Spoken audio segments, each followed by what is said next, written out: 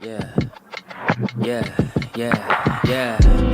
Making her way to the mic. They start dimming the lights. You start feeling alright. From Birmingham, home of the Teddy Longs and the Ruben Studders. More once you discover. For all of the lovers, Whitney Houston and Roman Reigns. For all of the lovers, and Mickey James and Marvin Gaye. For all of the lovers, and Sasha Banks, Janelle Monáe, Silk, Sonic, and Paige. Allow me to say, look, I just found a place, sweet escape. Every one of us, I was kinda late, cause I just made it off the struggle bus. Walking by the fate, cause I know it's right in front of us. Yo, I ain't with the hate, gotta focus on what's great. Ladies and gentlemen, Steph Hardy is on the air. Had to drop a couple bars just to make you all aware. So, sit back, relax, enjoy the show. You know I go by Joe or the rest of the flow, yeah.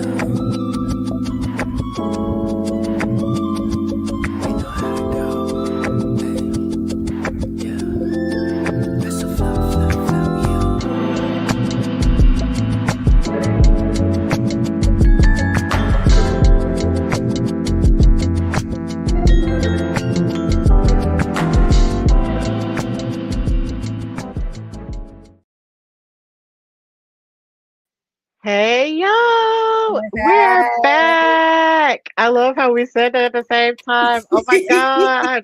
It's the first episode of the Hardy Wrestling Podcast of 2026. Ah, we made it, Jesus.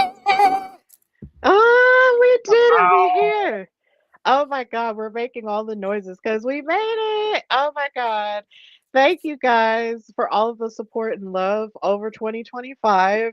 It was the 5th year anniversary and the 6th year anniversary is on its way. So oh my God, be on the lookout for stuff about that. That is if stuff about that will happen. But either way, just be on the lookout because time is moving by quickly, but we are here talking about all of the things with wrestling. Of course, I'm your girl, Stephanie Hardy, host and creator of this fabulous show, HWP Extra, and co host of Steph and Cat Talk Wow.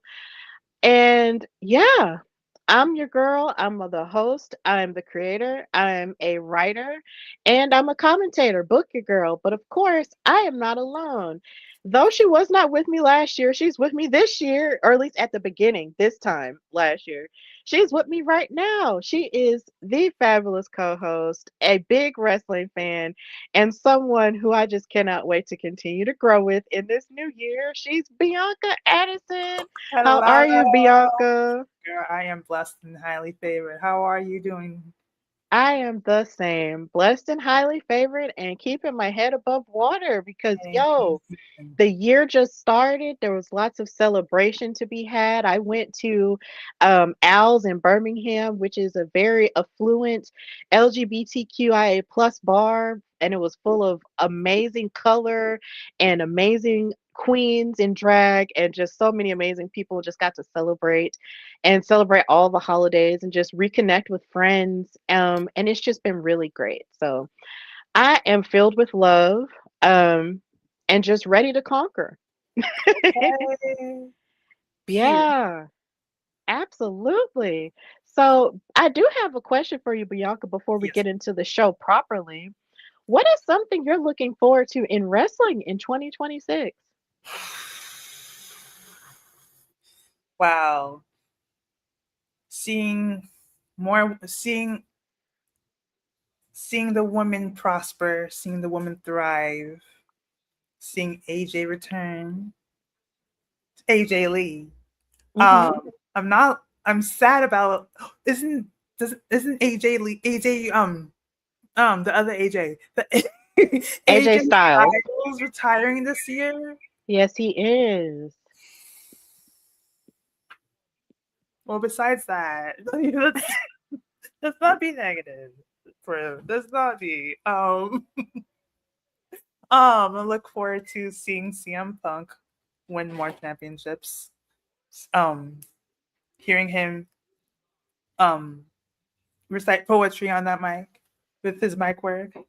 Uh, um, Seeing NXT thrive and grow, and seeing Obafemi and Trick Williams and Lash Legend grow.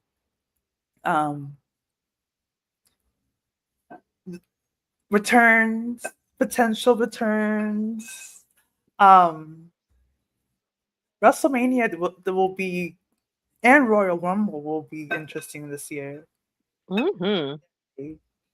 Mm, since we're going to international waters where women are not that much disrespected, sadly, but it's a story for another day. Um, but yeah, I look forward to seeing John Cena get inducted to the Hall of Fame. Oh, so you think that'll happen this year, huh? Oh yeah, it has Hmm. to. If not, then if not this year, then next year. But for sure, it's time. It's long overdue. Him and Michael Cole. um, Oh yeah. what else am I looking forward to? Looking forward to getting more wrestling merch. Specifically, my first batch of Randy Orton merch. Mm-hmm. More CM Punk merch. Mm-hmm. Whatever John Cena versus was. I look forward to seeing Bianca Belair return because I need Oh, me my, too. yeah, and Mm. Naomi, yeah, Mm.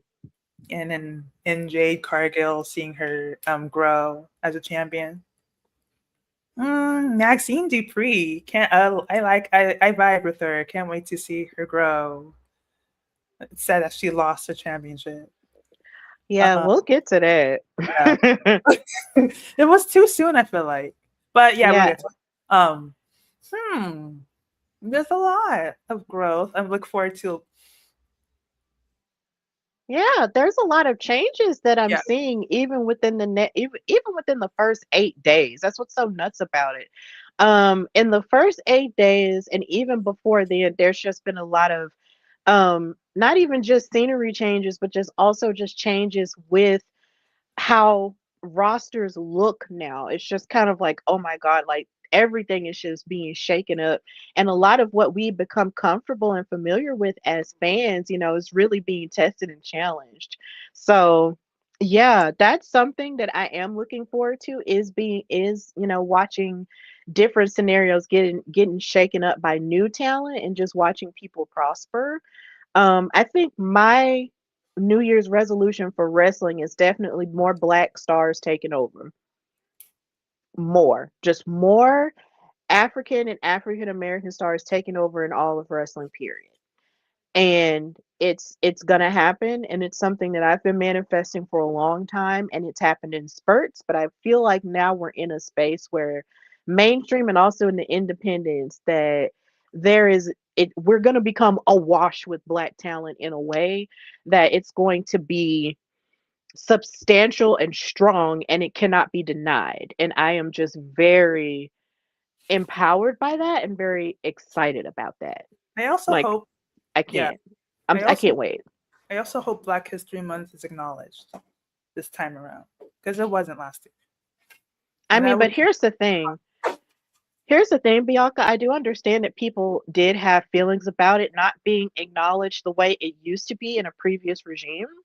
But the thing is, I feel like now the older I get, the less I need people or the less I need corporations to acknowledge things that we collectively acknowledge as a whole ourselves. Mm, Because we have to know, as hard as it might be at times, we have to love ourselves enough to understand that our culture matters more regardless of outside people who may or may not want to recognize it. Um if if WWE decides they want to recognize Black History Month, then that's fine, but if they don't, that doesn't make it any less valid. right. It's kind of like now during award season where every other award season you'll have like this one black film or a couple of black films where you want to see them get their things on a very equal level playing field with other people. But if they don't, I mean, it doesn't make that art any less valid or any less profound just because it didn't get it from these institutions that weren't built to acknowledge us in the first place. Yeah. So I feel like the older I get, the more I care less about it. And the more I get out of the cycle of anger, because sometimes you can get caught up in being angry about the same things over and over again. And it's righteous anger, sure. And it's right. And it's fury and it does make you upset. But at the same time, you also have to know that we have to matter more to ourselves. Um, and I feel like I just don't care about the validation of outside people who never wanted to validate us in the first place. Hmm. Now that you put That's it that just way. yeah, Yeah, that's just how I feel about it. that's a good way. That's a good way to look at it. Yeah, I like that. I like that. I like your perspective on that. yeah, we have to take our power back Yeah. for us. Because clearly they're gonna be about them, so we got to be Right. about us now. Yeah. No, I Hmm. agree. I love that. And that is my rant. That's That is my big big African American rant for today. before Black History Month. Yes, and before Martin Luther King Day too. Yep. But we just got to get these things out there and be honest about these feelings. And so this is a woman of color created entity. So, these are my thoughts and they have to be there. So now we are going to get into a little bit of news and gossip-ish. It's not like a whole lot, and hopefully moving forward, I might not do um a lot of news and gossipish or just talk about maybe a few stories at a time. But there is one thing that I did want to discuss that did make the rounds online. And that is, of course, this interview that CM Punk had with Robbie Barstool on My Mom's Basement. So, of course, CM Punk was riding on the heels of defending his World Heavyweight Championship at the Raw on Netflix anniversary show from this past Monday. And he did a couple of interviews. He did one with Busted Open, and he did one here with Robbie Barstool. Shout out to him. And he said something that really made a lot of wrestling fans pause and think. And he mentioned a sentiment that I've shared, but I have addressed in a small, like, sort of like sweet kind of way. But he basically, I'm paraphrasing, CM Punk basically said that he feels that wrestling fans have a tendency to fantasy book and get carried away with the idea of wrestling just being what they think it should be. And if it doesn't fall under how they feel their fantasy booking should be, or if it doesn't fall under what they think it should be, or fall under what they've seen on a dirt sheet, then they're ready to just tear it down. And they're also just willing to feed into people with dirt sheets who call themselves journalists, and then it ruins the experience of them actually watching the show and enjoying themselves. And when he said this, um, I sent it to my boyfriend, and he is a longtime wrestling fan, and he said, "Look, I've been saying this for years. This is why CM Punk is the GOAT because I've literally been saying this word for word and bar for bar for years. And this is why I love him. And I just wanted to discuss it because I think us as wrestling fans, and I'm guilty of this myself. I'm not going to sit here and pretend like I'm perfect. Um, Same. you know, things will happen. Yeah. Um, things will happen in wrestling, and you kind of feel like, oh, well, I wish it didn't go that way. Because we're actually going to get into it on our show where we talk about different results of things that we love. But of course, we are going to be honest about the things we didn't like. But there are some people who will literally like fantasy book different scenarios as to how they think storylines should go, or they see stuff on dirt sheets and run with it as fact. And then when it doesn't happen, they feel like it just takes away from the entire experience for them. They, use it as a tool to be know-it-alls or inside the baseball. And of course, now in the age of kayfabe not really being that much of a thing anymore, it just becomes the bread and butter. But initially, it comes off as you really don't like wrestling or like you hate it because you're always finding something to be angry about. And when I started the Hardy Wrestling podcast, I wanted to talk about the things in wrestling that made me happy because I knew I was always going to watch it and I love it. And that was really the inspiration behind the show existing in the first place, is to talk about and focus on all the things that I loved about it. But also still being honest about what I didn't like, but not taking away from the amazingness that wrestling is. And I think sometimes that gets lost in us trying to know everything and be on the inside of things and stuff like that. So I'm glad that CM Punk, as an actual working talent, spoke to that. I appreciate that very much so. And us as wrestling fans, we got to do better and stop being so entitled because, yeah, these people are on television, but it's like I said, they're also human beings.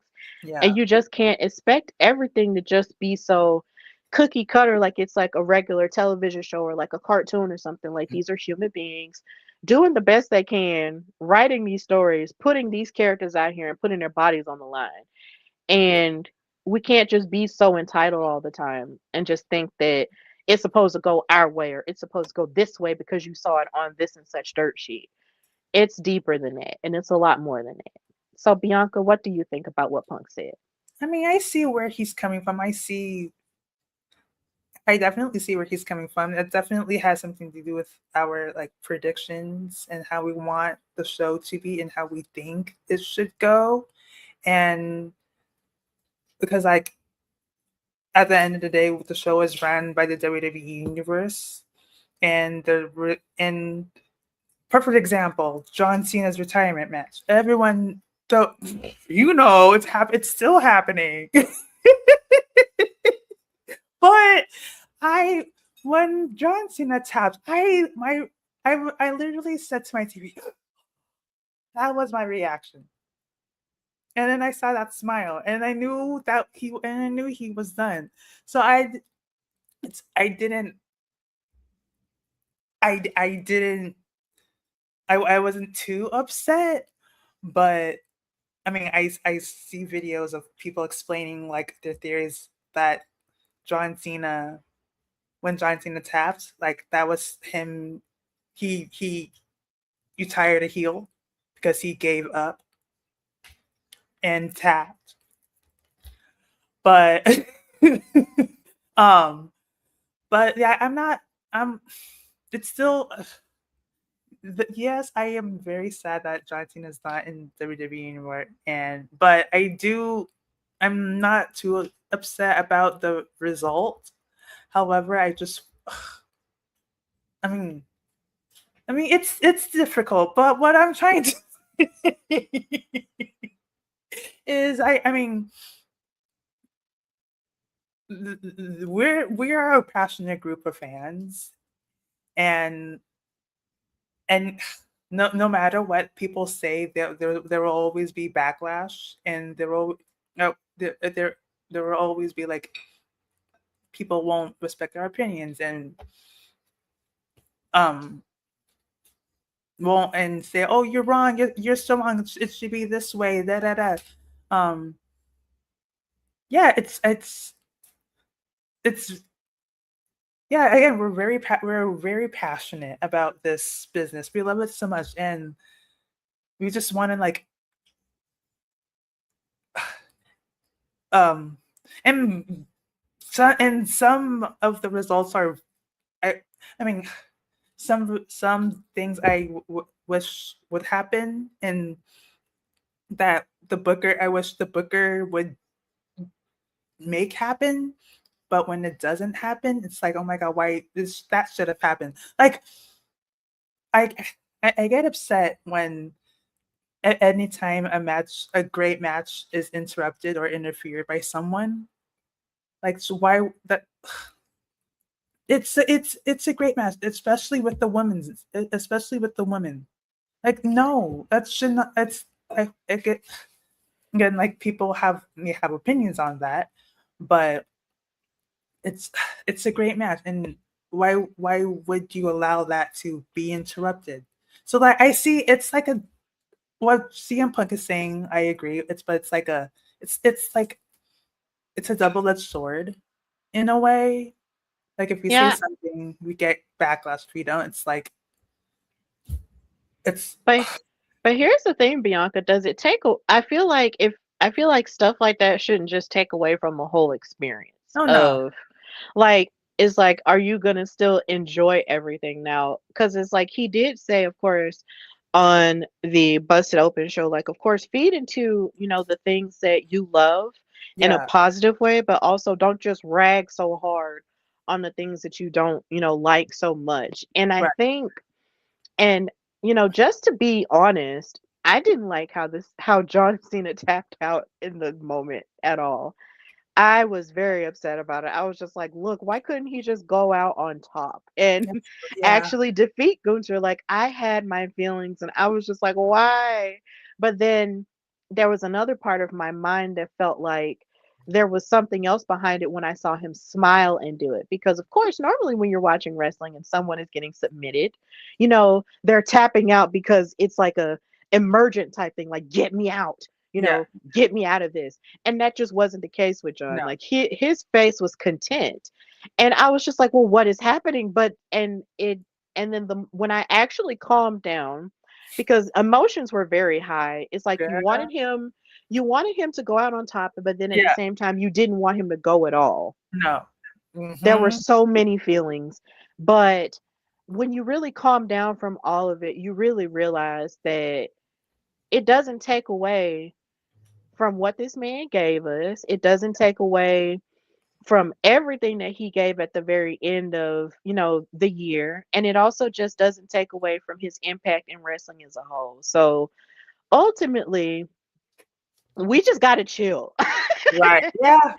In conclusion, we just got to chill and just remember at the end of the day, we're all, no matter how the results go and no matter what the dirt sheets might say, because we do have to learn, number one, to take these things with a grain of salt, and number two, you're gonna go back and watch it again anyway if you really love it. Like, if you really like love it the way, just like you said, how passionate we are, if you love it the way you say you do, you're gonna go back for more, regardless.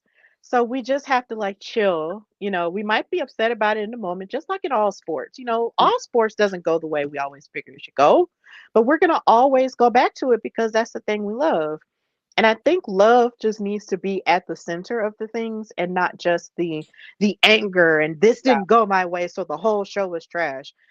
Because I will never say that Evolution last year was trash just because Trish Stratus didn't win over Tiffany Stratton. I'll never say that because that show was amazing from top to bottom. It was. So, like, just because one thing didn't go your way doesn't make the whole show trash. That's true. Yeah. Mhm.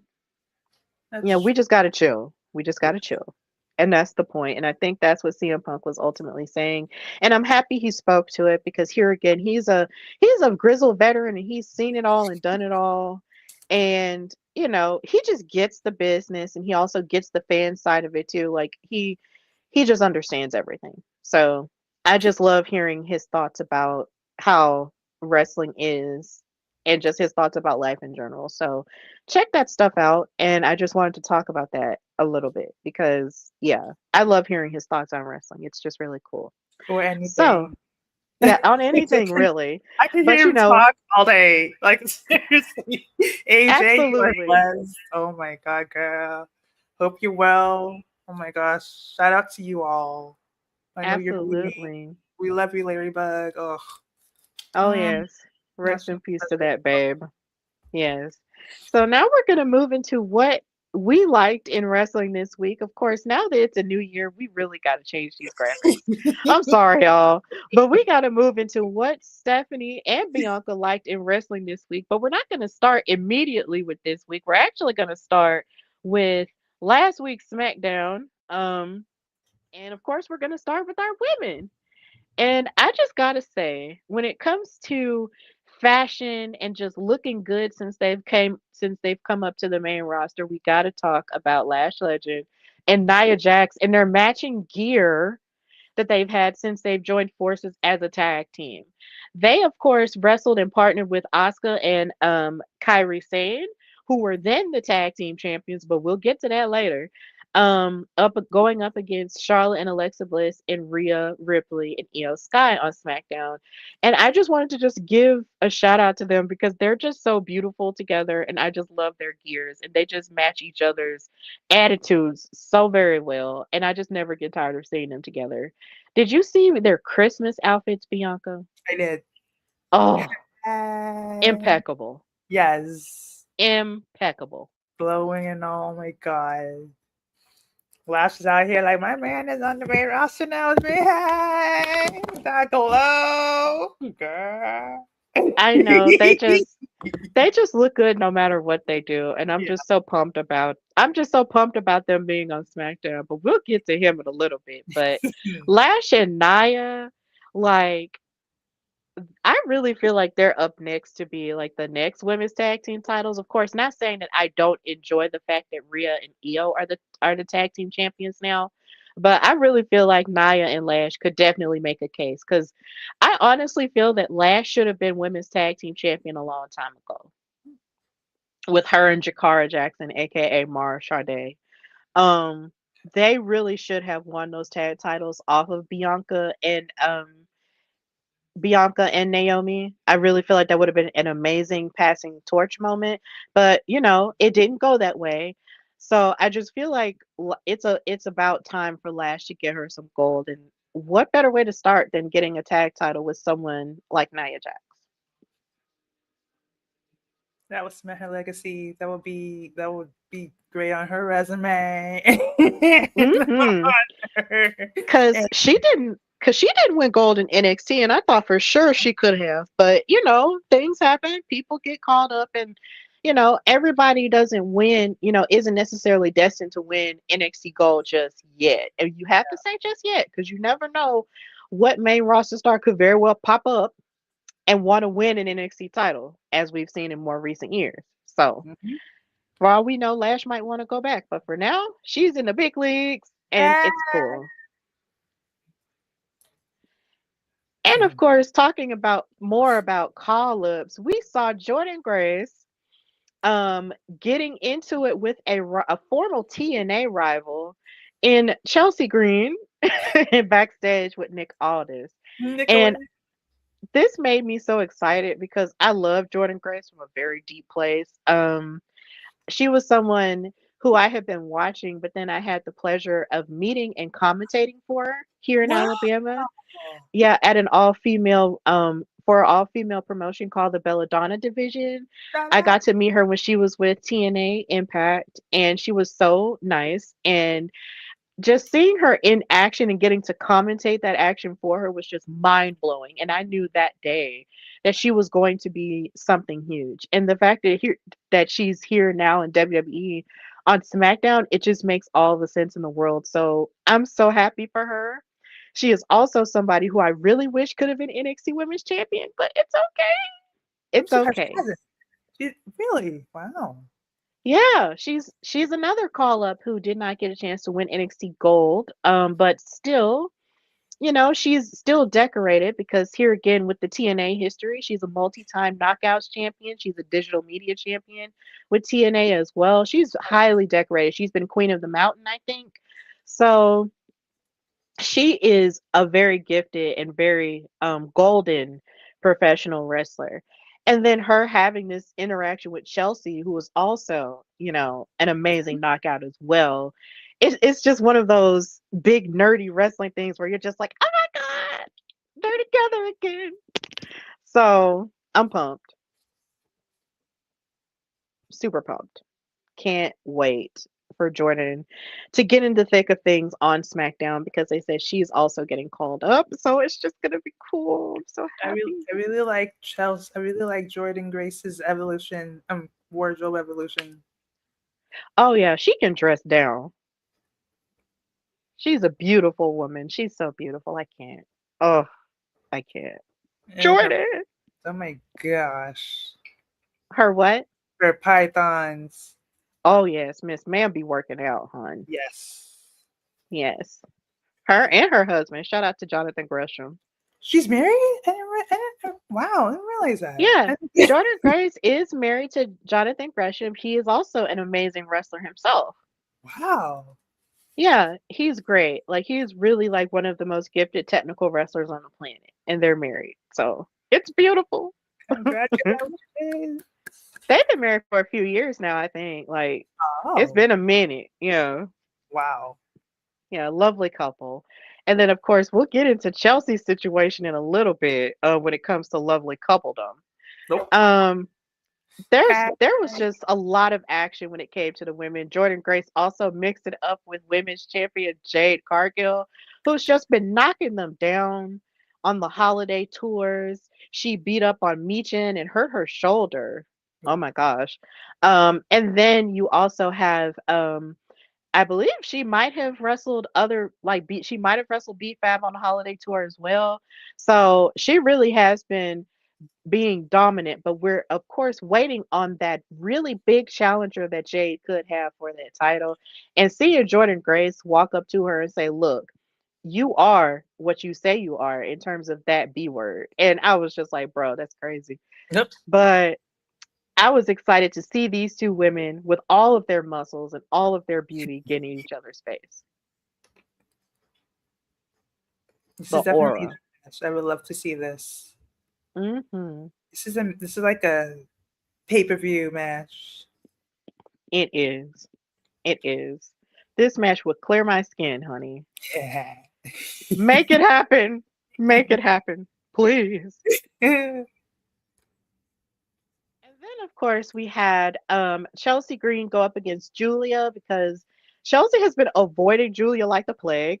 She was trying to run away from her constantly, but she couldn't run away from her anymore because Julia finally did pin her in tag team action. So she reluctantly gave her a women's U.S. title match, which Julia won. So now Julia is the women's United States champion. Wow. Um, Again, she is the second two-time women's United States champion. But as happy as I am, in terms of the women having mid-card titles, I just can't help but feel that there is something missing behind the oomph of this one. And it just doesn't feel as boom as the women's IC title is on Raw. And I just want more for this title in 2026 because it has so much potential to be more than just an accessory for Chelsea to act like a president, and Yeah. it's more than just a participation trophy, you know. And in my humble opinion, I feel that Zelina Vega, even though I know she's just going by Zelina now with her character change, she should have held it a bit longer, in my opinion. And she also should have gotten at least into more of a rivalry with Julia when she held the title the first time.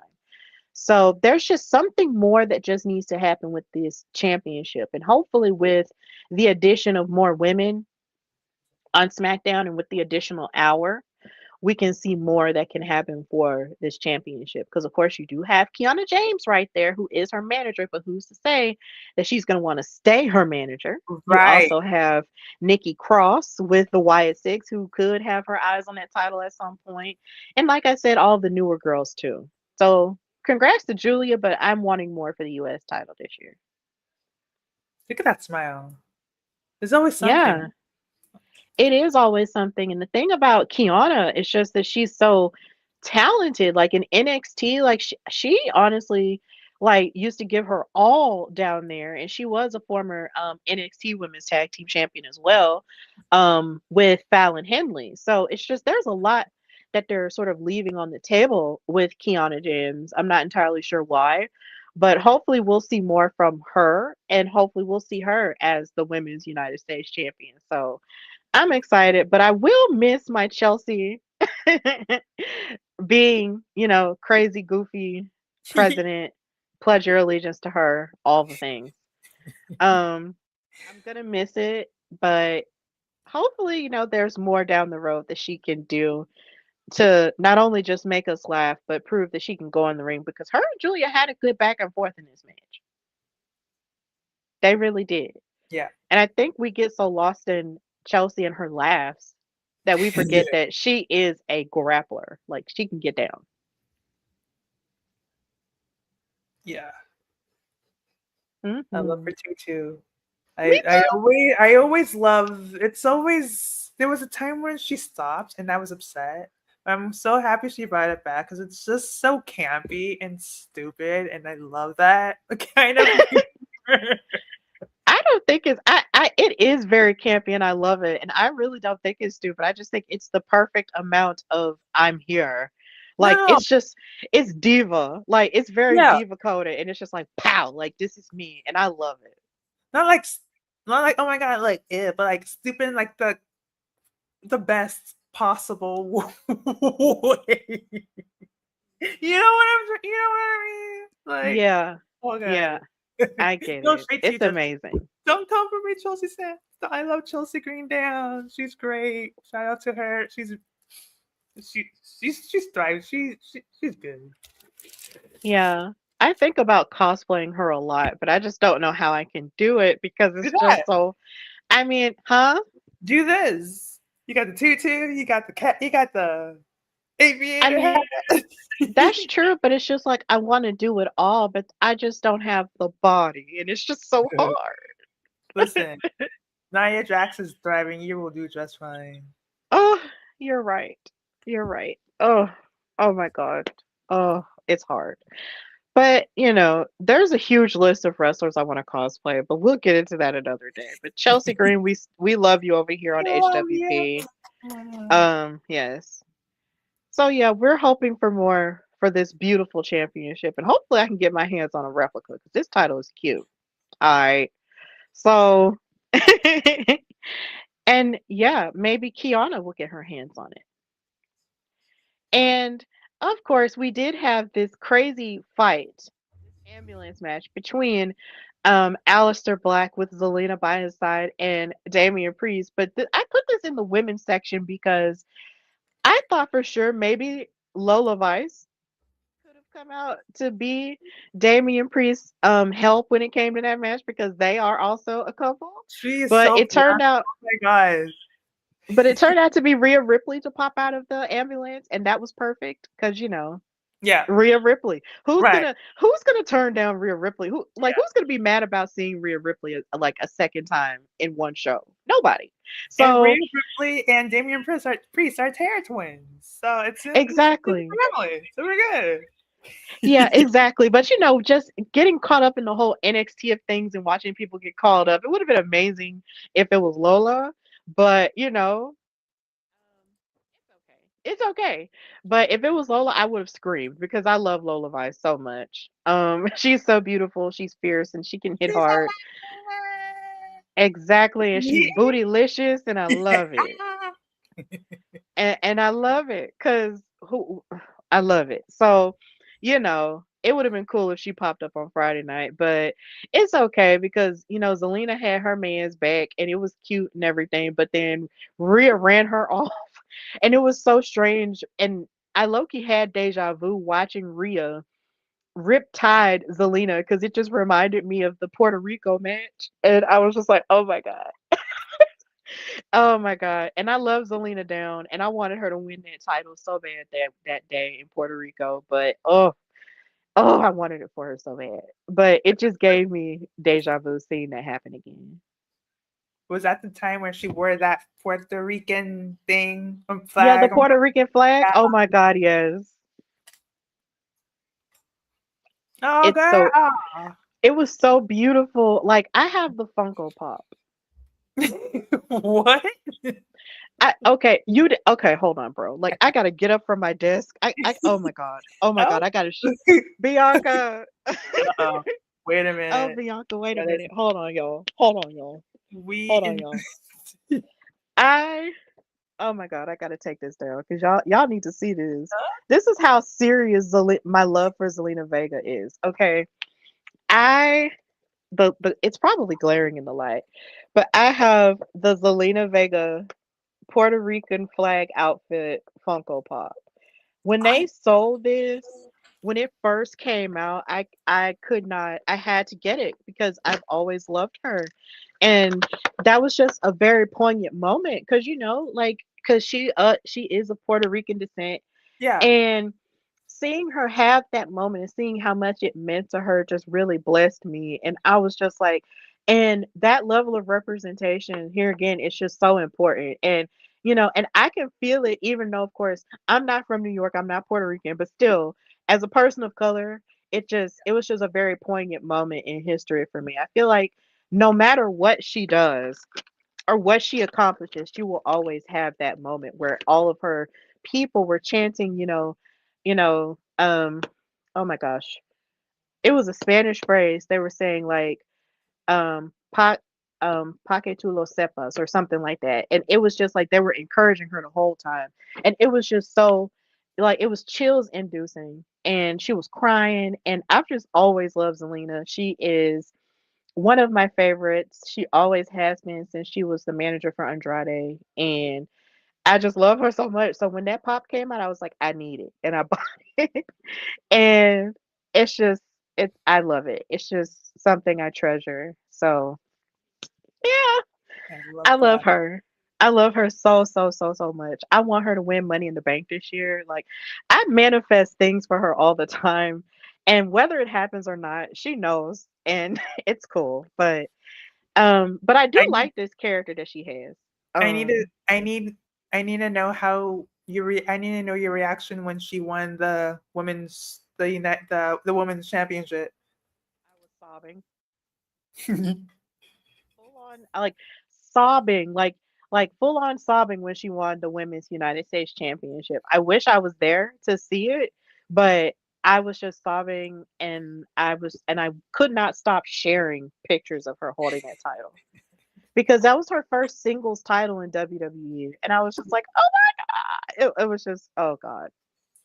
Words could not express how happy I was for her for that.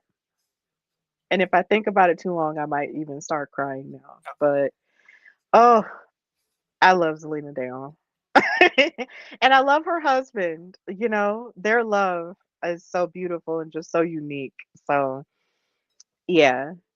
Yeah, But, I you love know, Alistair lost his ambulance match. There was no way to segue into that, but he lost the ambulance match to Damian Priest. So, I don't know if down the road they might be finished with the rivalry because I don't see how you come back from an ambulance match. So, yeah, they might be done. So, but I did I enjoy it. I need to see a mixed tag team match between Aleister Black and Zelina Vega versus Lil Levice and Damian Priest. That will cement the rivalry. That would be cool. So, like, yeah, I like a WrestleMania, but like some Yes. major pay-per-view or pay-per-view. Yeah. Uh, Fighting for a mixed match challenge for ultimate couple supremacy. I love that. It could just be like this. Could just be like a PLE just for this for like all the wrestling couples. I wouldn't mind that at all. That'd be Oh cool. man. That would be awesome. But, you know, yeah, let's move on. Because we do have more SmackDown things to get into with the men. And Randy Orton made a comeback. I was wondering where he was. I was just like, is he okay? Because he's been gone for like a minute. Like, where you been? Like when he came out, I was like, "Oh my God, Randy, where you been at?" So sad. And he came back, and everybody was singing his song. And what was so funny was is the Miz was out there complaining about how 2025 went and how he deserves more respect and everything. And then out pops Randy, and he jumps at him as if he's going to RKO him, and he scared him. And I was like, "Ah, look at you, Miz, two for flinchy." Um, it was so funny. But then he proceeded to RKO him regardless. And he tried to rope Randy Orton into a tag team with him. And I thought that was so funny. And then my dad asked me, he was just like, "Had they ever been a tag team?" And I had to Google it. And in the entire time they've been in WWE together, they had never been a formal tag team. Really? Yes, two of the biggest heels of the 2010s have never been in a tag team. I think them with against the New Day would be the most hilarious, most unserious match of 2026. I need that books right now because you see how the New Day is. They are so ridiculous and unserious. Like you Mm-hmm. like they're trying not to laugh. You can see it in Kofi's face. It's ridiculous. That would be so no. So this that that'd be hilarious. Oh my god. It would be hilarious, but just thinking about all the people they had tagged with, and you just think about the fact that they haven't tagged with each other. That was Yeah. just really nuts. Like I feel like back in the day when they were at their in their heyday, I feel like that would have been probably one of the most hated tag teams of all time. but it never happened. So, Miss- but Randy clearly at this point is not interested in being in a tag team. So we don't know what's in store for him this year, but I'm hoping it's more because, because it felt like we only saw spurts of him last year. That's So true. hopefully we'll Yeah, see more of Randy. me too. Now that John Y- Cena's retired. Yes. Now we got to get to the inspiration behind the title of this episode. So when this episode comes out, it's going to be called Feminine Fire. Yeah, we're the topic. And if you've been on social media since last Friday, you know that Kit Wilson, who's formerly of the tag team, I don't want to say formerly because they never broke up. Elton Prince is out with injury. I'm assuming, I don't know, but he was out with injury. I'm not entirely sure where Elton Prince is now, but Kit Wilson has been wrestling by himself and fighting against toxic masculinity, right? So he's had this new theme song um for a while, I think since October of last year, and he had been wrestling on main event with it. And I didn't know this until after the song went viral over the weekend. And so he comes out here on SmackDown with this amazing Titantron of this girl on the phone saying, "Kit, are you there?" And you have this amazing like poppy like 90s montage popping up behind him while he's dancing. And it's just the most amazing, visually stunning Titantron with the catchiest song playing with it. And it's just like, who created this? Who created this? Who thought of this? And where can I shake their hand? Yeah. Because it's amazing. I was just Like, figuring out who he is. Honestly. well, Bianca, yeah, like this is him. He's holding the band Toxic Masculinity flag. And yeah, that's him with his partner Elton Prince and Pretty Deadly. Like, Oh, yeah, I know it's been a minute since we've seen them both together. It's been a while, so I can understand, how it could get lost in the shuffle of things. But yeah, he was in a tag team with the blonde guy, yeah. Elton Prince, and they came initially from NXT UK, and they were Okay. highly decorated NXT and NXT UK tag team champions. They were pretty stunning. But then and then they even hosted NXT Stand and Deliver in Los Angeles. That was fun because their whole gag was stand and deliver. Like they're very queer coded, and I love how queer coded they are. Let's do it It's again. Let's do it. amazing. Let's do it. I Let's love do it. I love how queer coded they are. It's amazing. They're pretty. They're pretty deadly, and I they're love very queer coded, and I love Let's do it. for the children. Let's serve the children. Ready? Let's go. Exactly. That's What what is they that? do. And I enjoyed them. So when Elton Prince got injured, I was devastated. I was like, "Oh no."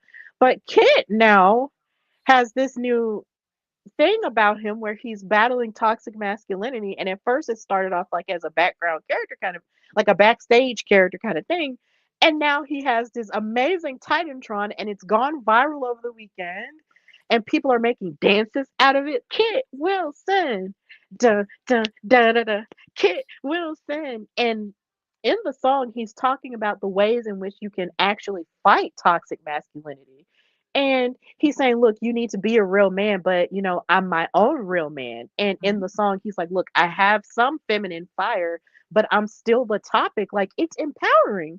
It's empowering. It's really empowering men to be the greatest form of themselves and not fall under like the preconceived notion of what a man is. And I think that's very important in this day and age. When people try to suppress folks, I know it's very deep, but that's just the way I think about things. I just feel like who Kit Wilson is presenting himself as with this whole fighting toxic masculinity thing really might be hitting on something real, real. And I like it. And his Titantron, the animation is beautiful. It just reminds you of a 90s TV show, like Saved by the Bell type of tease. And I like it. I love it. Someone in the comments is saying it's the best Titantron out right now. Oh, it's my boyfriend. Hi, babe. Um, Okay. He's saying it's the best Titantron out right now. Absolutely. Thank you for watching. as always. So yeah, Kit Wilson, they really are hitting on something here. Why did I think he was Fandango for some reason? Who just changed his name to Kit Wilson? Well, no.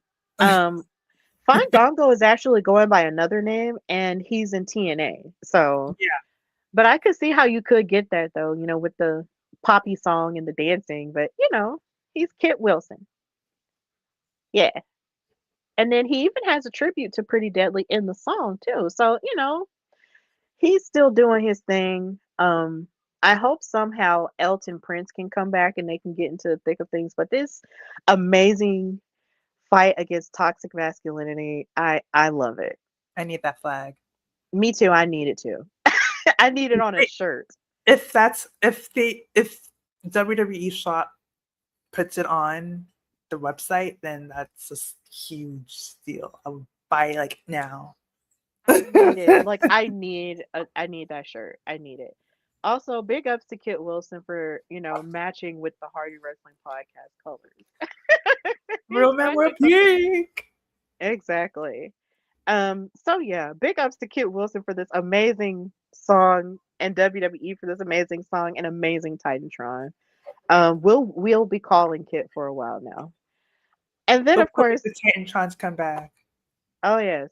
But in the midst of speaking of crazy Titantrons, let's talk about the return of Matt Cardona, aka formerly known as Zack Ryder, aka Chelsea Green's husband. Yes. He is officially a member of the SmackDown roster for the Oh, first time in years. officially. Wow, so he's back. He's Wow. back, girl. Amazing. I will always call him Zack Ryder. Like, but his name is Zack Ryder. That's his government. But anyway, he's Zack Ryder forever. But my jaw dropped when I saw him. Mhm. Because we did see him, in the Last Time Is Now tournament, on that one episode of Raw they had in Madison Square Garden where it was John Cena's last Raw. Um, and so he fought in the Last Time Is Now tournament, and then of course we did see Nick Nemeth, aka Dolph Ziggler, come back in that as well. And that whole episode just had 2010s vibes written all over it. And Matt Cardona was definitely a part of it because he was a part of one of the goofiest but craziest rivalries with John Cena back in the day, even though it was over it was over Eve Torres and it was crazy at the time, but they fought each other and that was real. So get see him participate in that, a lot of people maybe speculated that it was a one-off thing, and Matt has, since he left WWE at first, he's been wrestling all over the indies. He was known as the indie god. He was winning titles everywhere.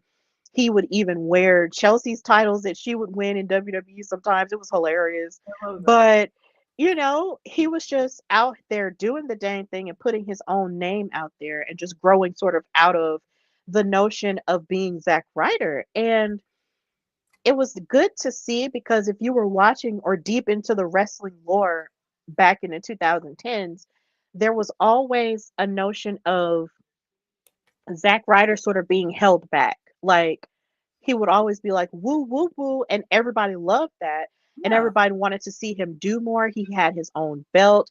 He had his own internet show on YouTube during the first big advent of YouTube, and he would do things to sort of get himself attention. But the powers that be, it was rumored that the powers that be back in the day didn't like it and they were trying to hold him back. But then he would have his moments where he would win championship gold only to lose it the next night. And it was tough being a fan of him back then. And then he was a part of the tag team, the Hype Bros, um, with Mojo Rawley. And then after that, it just sort of fell off after that point, and then he was released. Either he was released or he left. I can't remember how that went. But he went on and made a name for himself with his own name, and it was great to see that. So to see him back here now, it's amazing. It's amazing. I never thought he would go back because Same. sometimes there were times where he was like, "Nah, I'll never do it." Yeah. But but here he is now, and it's beautiful. I remember that time. that was like a gut punch, honestly, when he said, don't call me Zack Ryder. My name is Matt Cardona. Zack Ryder is dead." Like, no, that was ugh. I started watching wrestling late 2010, early Mm-hmm. 2011. So I witnessed that rivalry, and I saw John Cena and Eve Torres kiss, and that reaction and Oh the my weird God. the roses. Oh my God. That was so tough. That was so tough. Oh, that was so tough to watch. Oh my God. It was so bad. Oh, it was so bad. And it's some people who are still angry at John Cena for that to this day. They feel like that's not right. But I want to point out another astute observation my boyfriend put. He said, "What Soldier Boy was for internet rap, Zack Ryder was for internet wrestling." Look, he be preaching. That oh, that's my man, y'all. Uh, oh, and he's right about it. He really is right about it because for all of what Zack Ryder was doing, he was ahead of the curve when it came to internet, to combining internet culture with wrestling. He really was. And he deserves a lot more credit for that. So I'm so happy that Jock said that. Like he deserves way more credit for that. So big ups to Matt Cardona for being back here. And actually it's full circle, right? Because he gets to be a part of a WWE that is very much more socially involved. Yeah, And he was a part of that growth. I love that. So that's amazing. And Yeah. of course, for all we know, him and Chelsea Green could have a thing on TV because they're married. All the couples, man. It's I just a lot know. of cool couple stuff that could very well happen this year in wrestling. So hey, him on SmackDown, it just feels good. It was very And nostalgic. Kit, yeah, it was very nostalgic. And then for him, and he wound up beating Kit Wilson. But of course, both of these guys, they've got something going here, and I'm happy Yeah. about it. And yeah, I just had to share this Oh picture. my Just god. doesn't Oh, it just make your heart swell? Look at Zack Ryder. God. The growth. This Oh my takes me god. back to high school when I first started watching this damn thing. Oh my god. What is happening to Oh, time?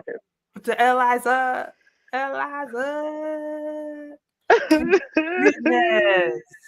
Oh my god. And this has been, and that was when John Cena and Zack Ryder were like best friends. We've come so far. No, they're married.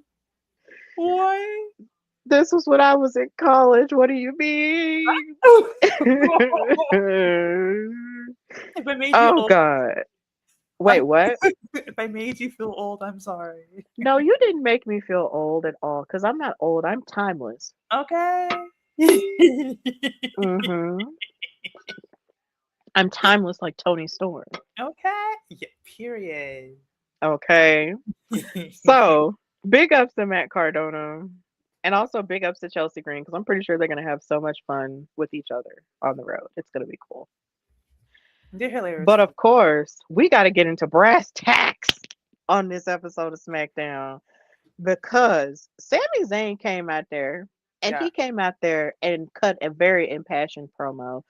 Um, it kind of put me in my feelings because, of course, the last time we did kind of see Sami Zayn, he was sitting in the crowd, like he mentioned in the promo, with his son, watching the Saturday Night's main event that held John Cena's last match. And he said that his son asked him, "Baba, if you've wrestled all these people, how come you don't have the world heavyweight championship?" And Oh, that stabbed my heart. his son said, his son said Yeah, that? his son asked him, how is it that all these people have held the title and you fought against them, but you haven't won that title? Not his And son bringing him to feel like that. I mean, I feel like it was a pretty innocent question from a child, though, because honestly, when kids are honest, I feel like children's honesty should be fostered more and not beaten down to a degree. because I feel like when we make them feel bad for expressing themselves and saying things, it's just kind of like, it's a way of silencing them. Yeah. So the fact that they were having that conversation, shows, I guess, to a degree, like a healthy communication relationship that they has. And, children are truth tellers. And of course, I've never had kids, but anytime I've been around children, you know, sometimes they say things and you just have to meet them where they are, and it can be a very beautiful and enlightening experience. Yeah. So Sami Zayn talked about how this year he wants to win a world title because he has brought so many titles home to his son and wife, and he wants to win the world title. And I honestly believe that he is one of my favorites to win the Royal Rumble this year. He's definitely one of my favorites. It's gonna be in Saudi Arabia, which is essentially a mecca for him. And his beliefs as a Muslim man. I believe it would be perfect for somebody like him. He would definitely get the push and the cheering and all the things. It would be beautiful for him. But in the midst of us feeling all these warm feelings about Sami Zayn, out pops Trick Willie. Trick Willie officially on the SmackDown roster, popping out here in his lemon pepper steppers in an all white suit, looking like money. Looking like AI with the side profile and all that. But here's the thing. AI cannot replicate what God makes, okay? Look, and God created Trick Williams perfectly. Shout Right. out to Lash. Respect to Lash. Respect to Yes. Lash. But baby, Trick Williams is one of the most beautiful black men I've ever seen in my life. And he came out there in that all white suit, and I said, look, he mean business. He means business. And he told Sammy, look, Nick Aldis called 1-800 whoop that and said, we need you on SmackDown. And to hear commentary, big him up and everything. And then on top of that, to see the whole crowd chanting whoop that trick. It was just like, yes, we him, we him. We're only missing Booker T. That's I it. know we are only missing Booker T, and that's the part that really gets me Yes. together. And we're gonna talk about that when we get to NXT New Year's Evil. But oh my God, Booker! And then what's so funny is Corey Graves was like, "Look, I will never mimic Booker T like that." And I was like, "I'm glad because Right. mm-mm. Yes. Oh my goodness." It, and I will also say Corey Graves, as much as I, appreciate him, I have never heard anybody say lemon pepper steppers as properly as he did on commentary. You Because said after lemon Trick pepper Williams left, he literally said lemon pepper steppers. And he said it so proper. And I was like, What Corey. what you know about lemon pepper? I mean, because of course, because it's like Trick, he says lemon pepper steppers, and of course, he leaves the R's off. So to hear the phrase lemon pepper steppers with the R's at the end, I was just like, y'all need me on commentary. That's funny. Y- Put me on commentary now. Peppers. But seeing Trick on here mix it up with Sami Zayn, it just gave me a level of energy and a level of pride because he has worked so hard. And I talked about this in the Carmelo episode when he won the US title. Him and Carmelo, essentially came up through NXT 2.0 together. And it was once upon a time when Trick really was, the heavy. He was a great talker, but he was essentially the heavy for Carmelo Hayes. And he would be his X factor in his matches a lot of the time. But since then, we have seen Trick Williams grow into his own man and his own athlete and his own superstar. And it is just so beautiful. I'm gonna use that word a lot, but that's just the best word I can come up with to see all this growth, to watch him go from being, the funny, goofy sidekick and best friend of Carmelo Hayes to being, you know, a WrestleMania main eventer, a two-time NXT champion, a one-time TNA or Trick-N-A champion, like a Iron Survivor. He's just come through it all, and now he's in the big leagues. He's moving on up, and it's beautiful. I'm so proud of him. Yes. Oh, I didn't realize he wrestled in WrestleMania. well, Eh? no, he didn't wrestle in WrestleMania. He wrestled during WrestleMania weekend. Oh, He wrestled at NXT Stand and Deliver against Carmelo Hayes okay. in Philadelphia, and he made history with Carmelo because they were the first two black men to ever main event during WrestleMania weekend. Wow. Really took this Hmm. long? Yeah, it really Wow. took this long, but here's the thing. I'm happy it happened and I'm blessed that I was there to witness it. I didn't go to WrestleMania 40, which was across the street from Wells Fargo Arena, but I did get to go to Stand and Deliver because I wanted to be there for that match in particular. Because I love Carmelo and because that was just an important point in black wrestling history to me. Yeah. So getting to be there for that was just it was a deep honor that I will always hold close. And yeah, they main evented that Stand and Deliver. So it's beautiful. Love Now, that. of course, now of course that is something we can manifest in the future. Black men main eventing WrestleMania night too. Hey. Let's put that in the Right. atmosphere. Let's put it in the atmosphere. Yes. Let's shift it. Y'all gonna make me catch the Holy Ghost. Mm. But yes, Trick Williams is here on SmackDown, and he also wants to win a world championship. But Sami Zayn also told him that he wanted, he feels like he needs to be humbled. Now, I understand humbling the young superstar who comes in with all of their fire and verve that they once had, but let's not humble. Let's not make it a habit of humbling our black stars, okay? Let's not do that. Let's not. Because I was just like, why does he have to be humble? But then you got Braun Breaker who can come in there and, mow through everybody. Thank you very much. So, yeah, let's not. But either way, Trick Williams is here, and I'm so happy. Nessa Marie from the Humble Roses podcast saying, whoop that Hey, trick with super. hands. Thank you, Nessa. Listen, Nessa. Oh, Nessa, I've got something to confess of. Thank you for Oh, watching the show. I was like, why does it sound familiar? Oh my god. Like Yes, it's wicked. Okay. Yes. So, and then of course we have Carmelo Hayes who defended his United States Championship against Johnny Gargano in an excellent match, I will say. Um, he also went kind of viral because Johnny Gargano gave him a super kick and his eyes booked from how hard it was. mm, And it was funny, but this match, these two men were hooping real hard. And then even Candice LeRae tried to cheat, but thankfully Carmelo rose above it all and defended that title. And we are still living in the United States of Melo. yeah. Yes. Bianca, how did you feel? Because you didn't get to do the episode with me, No. but how did celebrating him and his United States title win? But how did you feel when he won the United States Championship? Honestly, where was I?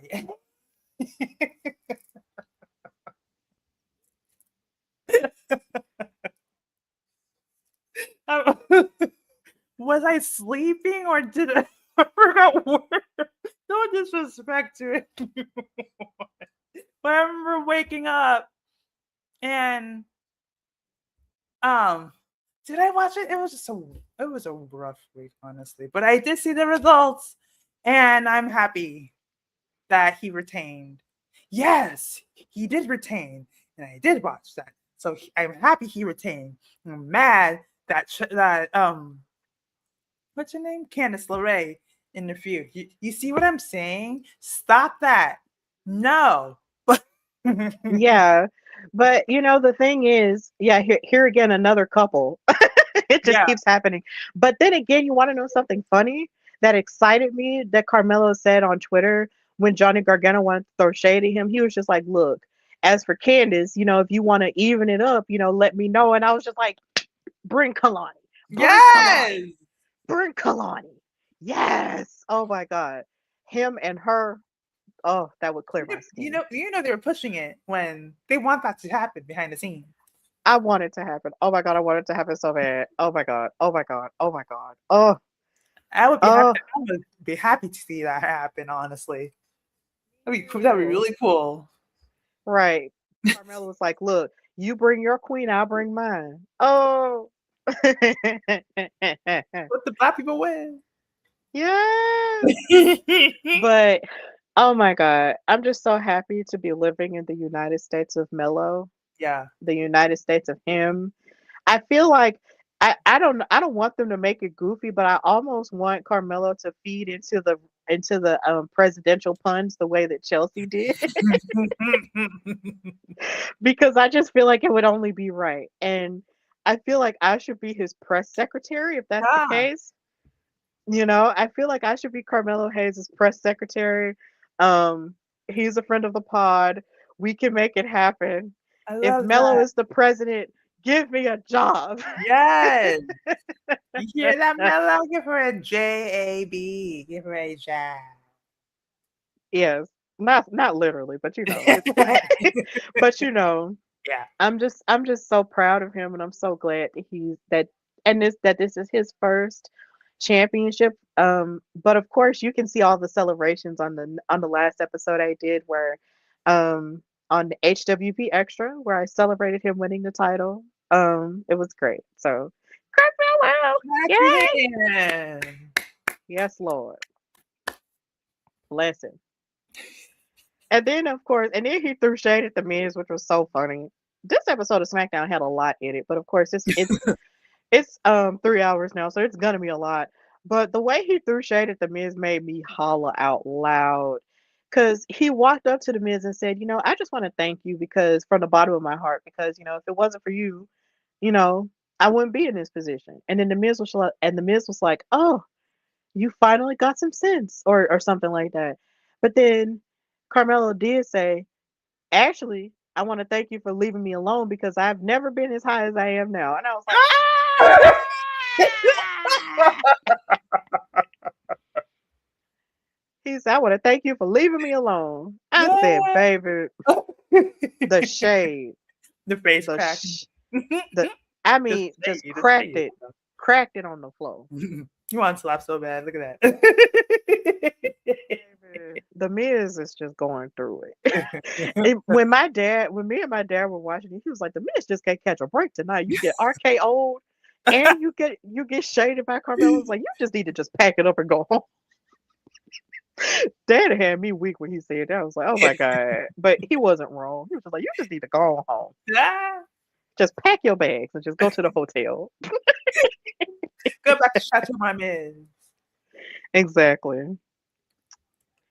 And then you had this interaction, which excited me because now, mind you, my boyfriend was the one who turned me on to the New Japan stuff. Hmm. When it came to Tama Tonga and the Bullet Club with Kenny Omega before AEW existed. So a lot of the people in AEW, of course, started off in the New Japan Pro Wrestling Collective back in the day. And so seeing this interaction on SmackDown between Tama Tonga and Shinsuke with the both of them speaking Japanese to each other gave me life. I didn't realize they were speaking Japanese. Wow. I thought you were Yes. speaking some Polynesian language.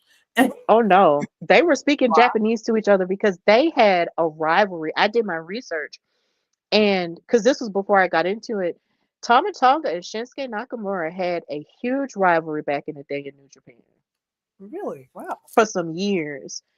So seeing this really invigorated my soul. I was like, oh, are we gonna get New Japan SmackDown up in here? Make it happen. Make it happen. But Tom is still running around as an MFT with Solo. He keep acting like he want to stare at Carmelo, even though he gonna have to leave him alone. Okay.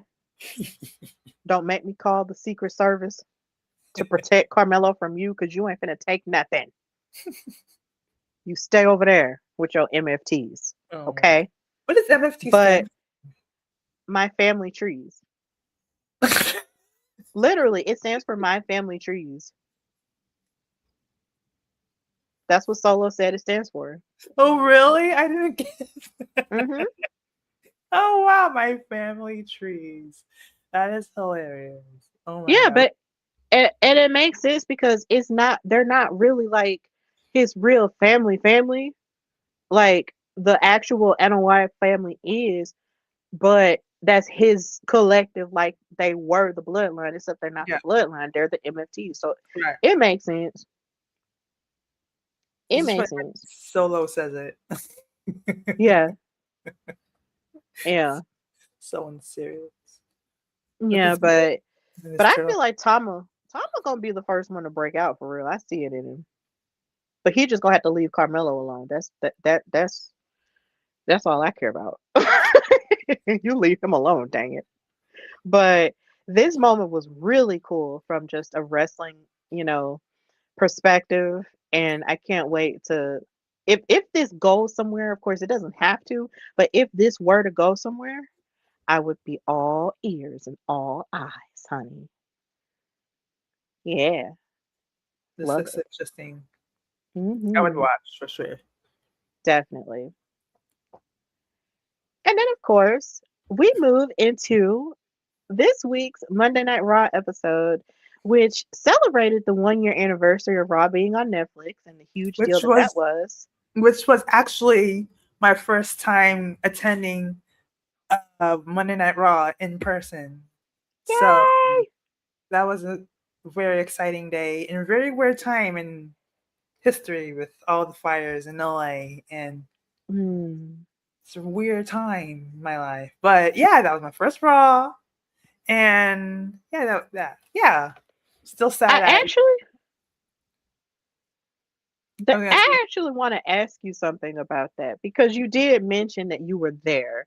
yes. How, and of course, this was in the Intuit Dome. I remember when they were building it around WrestleMania 39 time when I was there, when they first announced it and they had broke ground for it and everything. But the thing that sticks with me about the Netflix premiere episode is that intro Mm. where they were talking about the history of wrestling from carnivals and circuses to television and everything into where it is now and stuff. And with the art piece that they had, and then with the curtain falling down and everything, how did that make you feel in that moment as a wrestling fan? Because I could only imagine what being there was like. I know what I felt like watching it on TV, but what was it like being there at the start of a new era, Bianca? Well, first I was trying to brace myself for the pyro because I knew going into this it would be loud, and I don't do pyro ever, but I braced myself and was trying to survive all of that. But just being there in person after watching it for like over a decade, as opposed to like it was different and it was very special because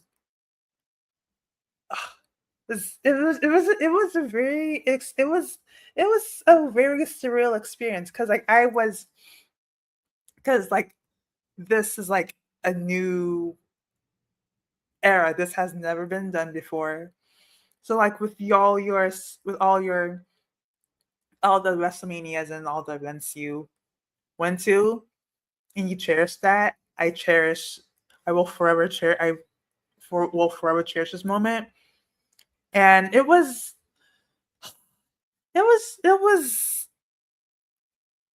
seeing Triple H in person for the first time in my life was, and that thing, I honestly that scared me. It was too loud and bright. Like, oh, mind you, I was at the top.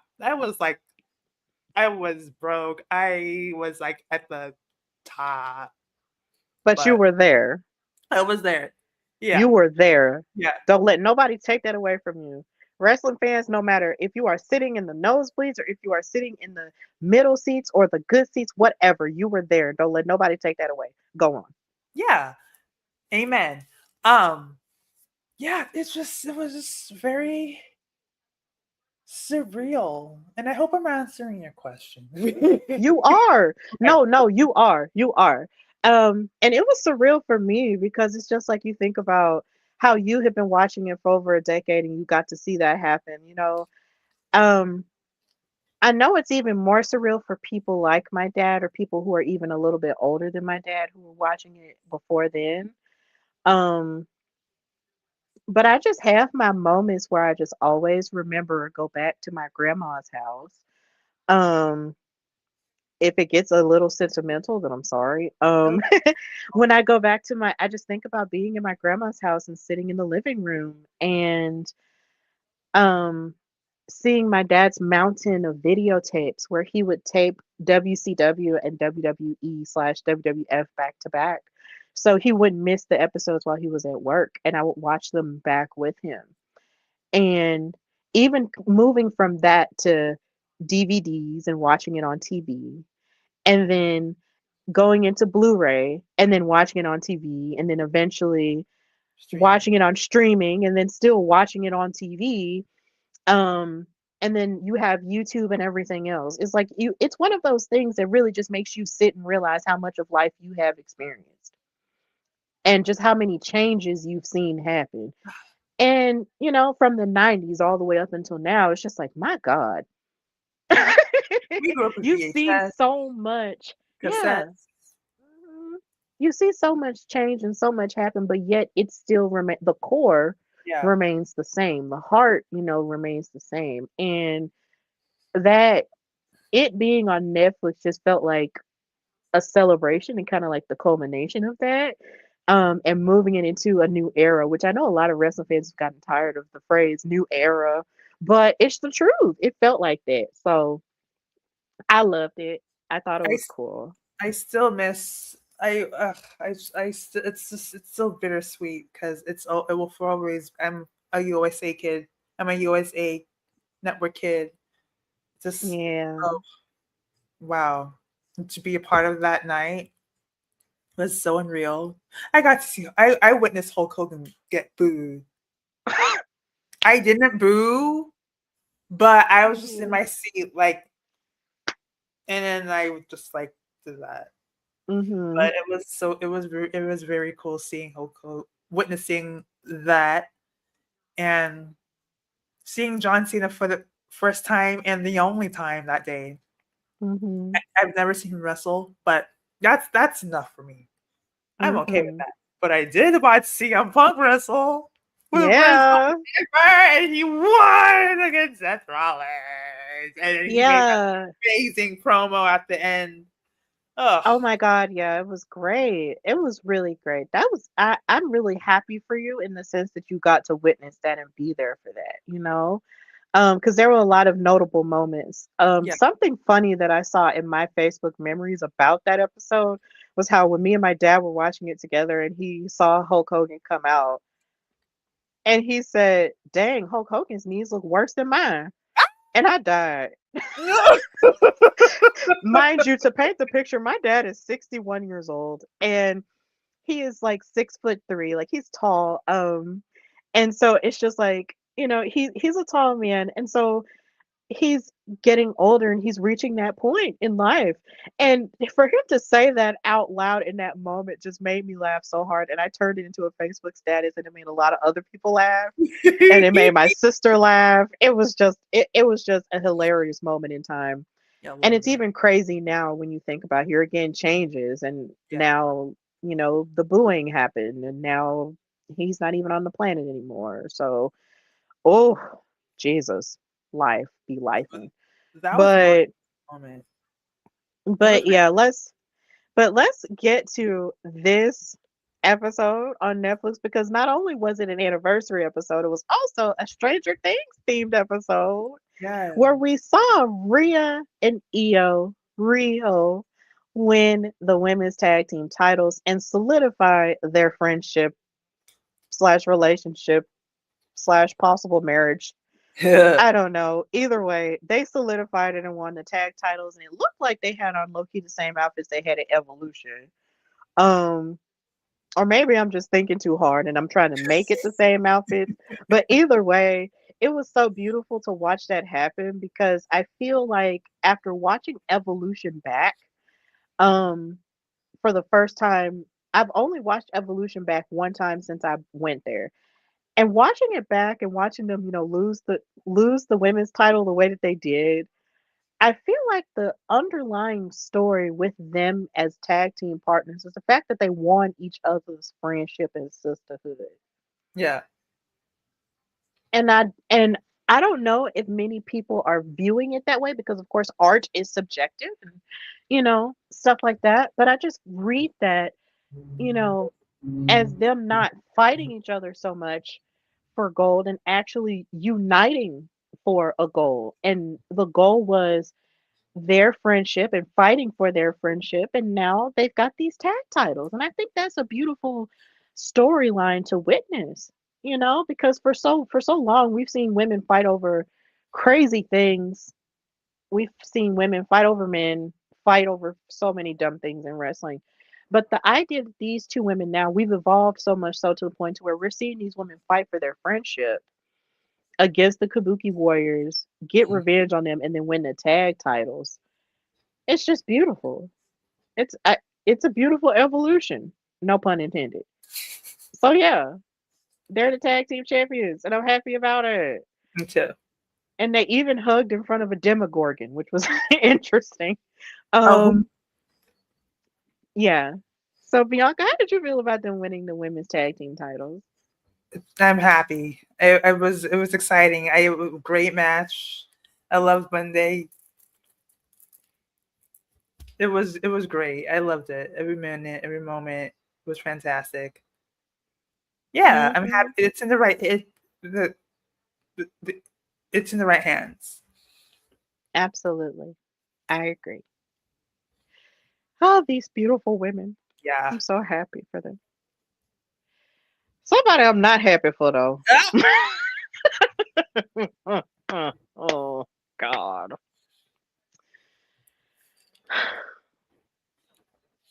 And I've met her. And Huh?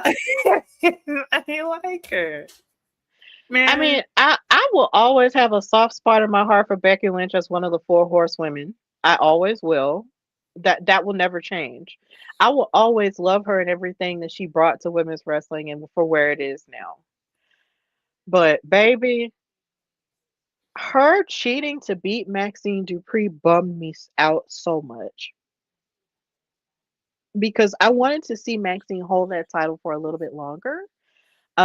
Here again, I mean, this is just me being honest, not being angry per se, like we were talking about earlier, because we're trying to do better. Um, I wanted to see Maxine, topple Becky again and just continue to watch her spiral. um, but watching her cheat the way she did, I was just like, no, Maxine was really riding a high. She won the championship, even though AJ, gave her the assist, but to a degree, she still beat her. Like she worked herself up to the point to where she could face off against somebody as accomplished as Becky, win the IC title off of her, and then tap her out multiple times. Then she gets married. Congratulations to her and Cam Hendricks, aka Anthony Luke. And then she comes back on this Raw and she loses, and I'm just like, no, my heart broke. yeah, it was too soon. If she was on a roll with that, and Hmm. ugh, And she was standing up to Becky too on the microphone. You hear how much bass she got in her voice now, and how much boom, like girth she has, to her. Like, yeah, I beat you. Like it. Maxine was doing it. yeah, So to watch her lose this soon, and then the way she lost, it was just like, man, come on. And then Becky came out there and it was kind of her outfit was giving Star Trek low key, but at the same time, I was just like, okay, ma'am. And then she showed up on the red carpet at a premiere of, I believe, the Star Trek show that she's in with the belt. And she looked great and everything in the gold or whatever. But I was just like, now, that's supposed to be Maxine's belt. yeah, Hmm. So Becky is out here being unhinged and she won the title again. And yeah, this is where we're at. And then with the women, you had crazy attack stuff happen because my love, my namesake, Stephanie HWP, the women's world champion, came out wearing a cast because she tweaked her ankle in that triple threat match against Nikki Bella and Raquel Rodriguez. Um, and she came out to basically say that she would not give up and that the pain wouldn't stop her, right? But then she gets attacked from behind by Raquel Rodriguez. And she keeps attacking her and keeps attacking her even backstage. And it's real rough. Like she even threw her against like the production boxes. And I was just like, Raquel, if you never looked like a badass, you look like one now. But my God, you're hurting my baby. Yeah, Stop it. Stop hurting my Stephanie, please. No. that was brutal. Oh my gosh. Ugh. It was very brutal. But and then another thing that I was wondering was also if she was striking out on her own with this or was it something that her and Liv and Roxanne talked about? But we Mm, didn't see them together yeah. because of course Liv was wrestling in her first match against Lyra that night and Roxanne came out with her, but I'm wondering, did they talk about that or was this just a solo Raquel thing? But this Time will was tell. brutal. This was Yeah. tough. Mm. But I didn't want Stephanie to relinquish because at first I thought that was what was going to happen. I was like, you better not relinquish that title. You bet not. And she didn't. So it's fine. It's fine. I know she's going to heal and get her lick back. La Primera. Yeah. Hmm. My love. I Mm. love her so much. So yeah, she'll get her lick back. But of course, we got to talk about Mr. CM Punk, who Yeah. retained his world heavyweight championship against Braun Breaker, who low key tried to cheat. Ain't no low key. He high key tried to cheat with the Vision. But here's the thing though: before the Vision came out there, he was holding his own. But then again, so was CM Punk. Because a lot of people think that because CM Punk is a little bit older, that he can't hang no more. And when he wrestles matches like this, it's like that he really can still hang. Yeah. And now, of course, he can't hang the way that he once did back in the day, but he can still very much hang. And there is more than one way to be athletic at any age. And I just don't feel like people should just get trapped in those notions. And this was a killer match. It definitely deserved the main event spot. And back to your point, Bianca, about being at the Raw on Netflix last year, he essentially did the same thing. Like he won a match, a very important match on a very important Raw on Netflix. Like that's pretty full circle stuff, if you ask me. I think that's cool. While allegedly mocking Brown Breaker and his family with his gear. He was. He was because if you look up the pictures of what the Steiner brothers used to wear, that Letterman jacket is exactly what they wore. And I I thought that was next level mind game stuff right there, but I liked Me too. it. I didn't I know liked until it. I saw on the internet that it's a mockery of the Steiners and fantastic. Another reason why I love CM Punk. Oh yeah. Yep, you got like doing your wrestling history, like it's important to really become, um full of wrestling history because at some point it's going to make its way back into the present. Yeah. Especially if you have like a family, like a wrestler who comes from a family. So, um this was really cool. The jacket was cool. I think all of CM Punk's merch is really cool and I really do need to re-up on that cuz Yeah. yeah, but I was really happy that he retained even with all the cheating, but it was a couple of moments where it looked like Braun Breaker had his number a couple of times. Mm. Um, but I'm happy that Braun didn't win it this time because honestly,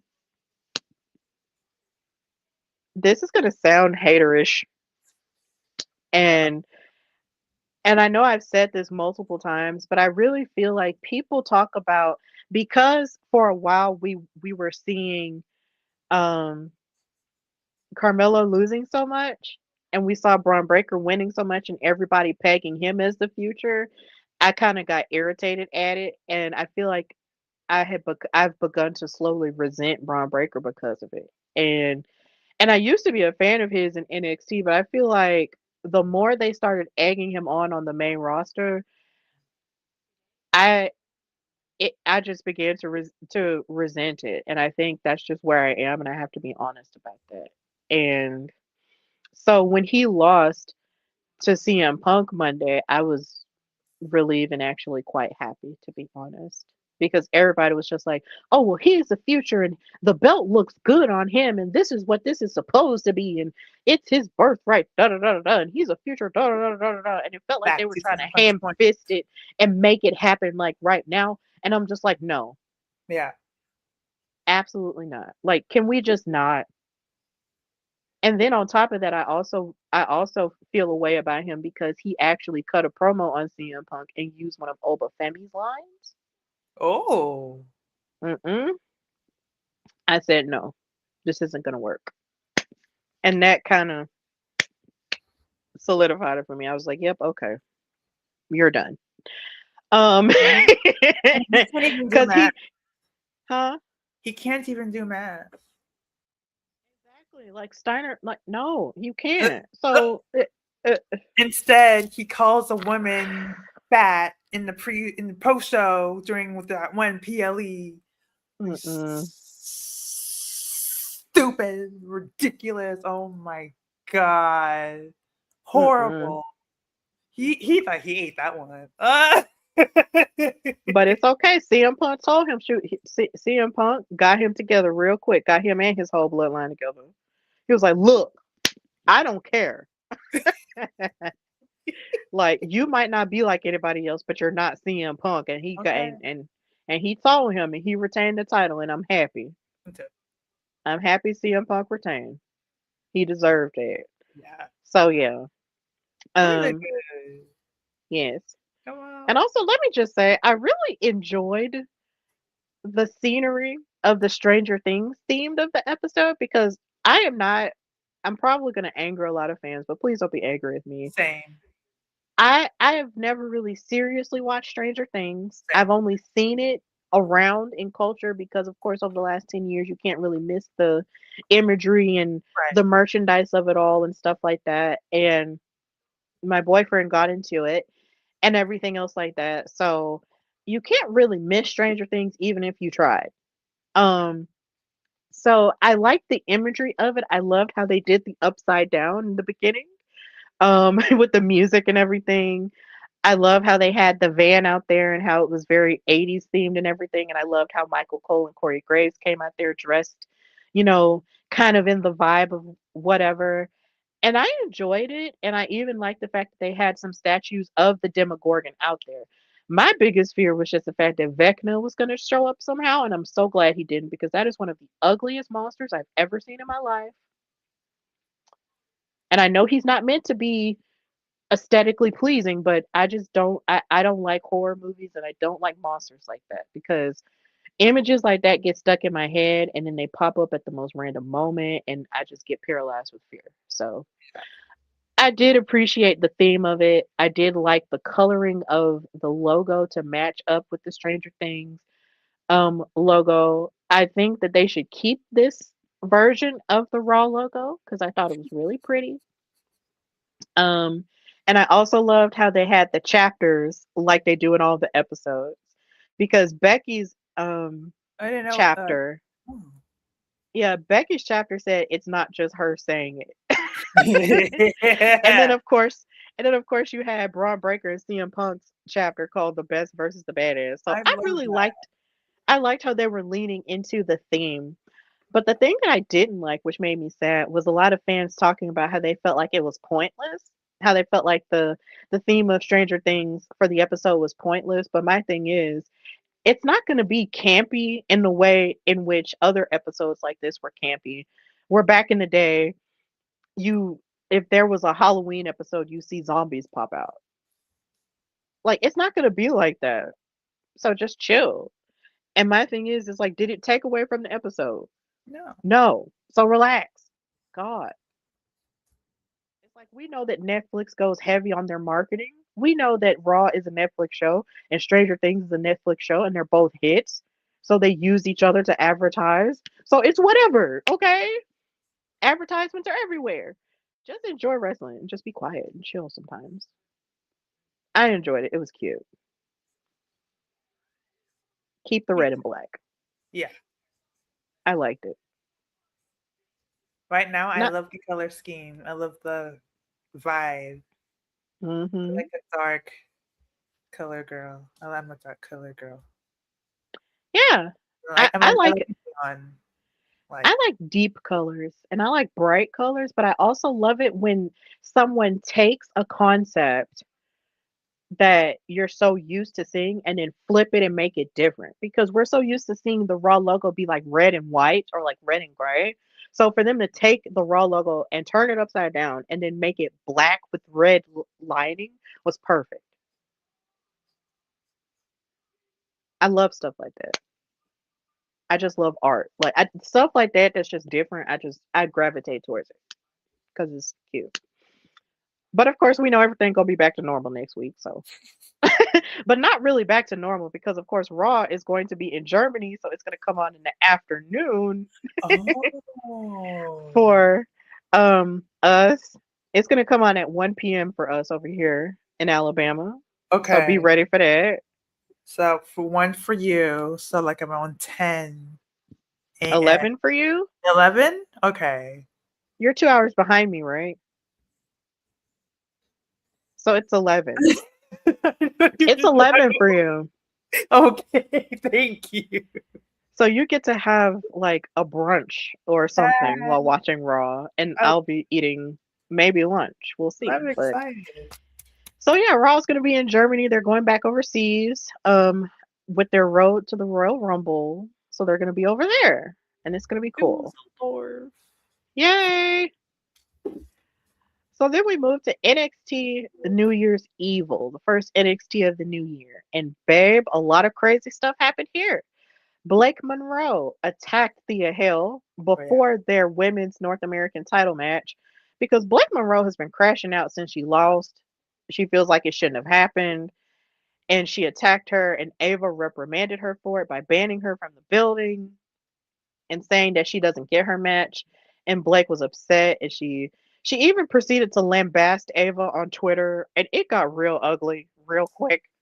But Blake Monroe is just crashing out. I liked this confrontation.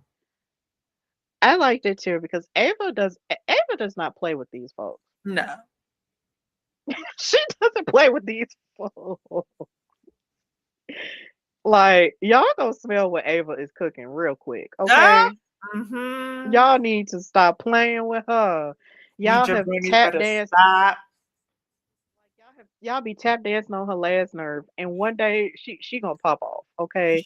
Wait a second. Because this Oh. episode of NXT was wild, and it was so wild that she even had to put on the headphones herself and take charge. So yeah, Ava was popping off in this episode and flexing some of her GM muscles by throwing Blake Monroe out after her heinous attack on Thea Hill. Um, it's rumored that Blake Monroe might also be a call up, but we'll see. I honestly don't want to see her get called up just yet. Mhm. Um, Simply because I just enjoy her on Tuesday nights and I just want to see her win another title. So even if it means her winning the North American title back or even winning the NXT Women's Championship, I don't know. I just don't want to see her leave NXT just yet. So we'll see what happens. But we gotta talk about Izzy. Izzy Dame. She had a big night. Yeah. She fought in the rubber match against Tatum Paxley, and their match was pretty nuts. And Izzy is someone else who has seen a lot of great growth over the past few years since she's been on NXT, especially since she started off sort of like as a sidekick to Kiana James, but that was only for a short while because Kiana got called up. So Izzy kind of found herself a bit more as a member of the Culling And she has definitely grown in ring. And it didn't hit me until I saw her wrestle at Stand and Deliver last year in Vegas, where I was just like, you know what, Izzy, you you got it. You got something. You got it, and it's clicking, and I like it. And the match she had with Tatum is like you can feel the emotion and the intensity in every move they hit. And Tatum won. But the thing about Thea Hale is she wanted to be a fighting champion. Jordan Grace told her, "Look, you if you want to fight, then go ahead and do it." Which low key made me feel like Jordan Grace was almost turning heel. But now she's on SmackDown, so I don't know what's about to happen there. But Thea Hale kept the open challenge going, and Izzy Dame attacked her from behind, and they had a killer match. And now Izzy is the Women's North American Champion. You lose a match, and then you wrestle another match and become a champion. The conditioning. Yeah. And then Sean Spears. What's his name? Sean Spears. Yes. And all those and all. Oh, ugh. It was a great match. Like I knew something like that would happen. But yeah, I'm happy she won. Thea Hale, girl, I love you. Gosh, you'll be fine. She'll be fine. But my gosh, I love her energy. I love her vibe. I love her character.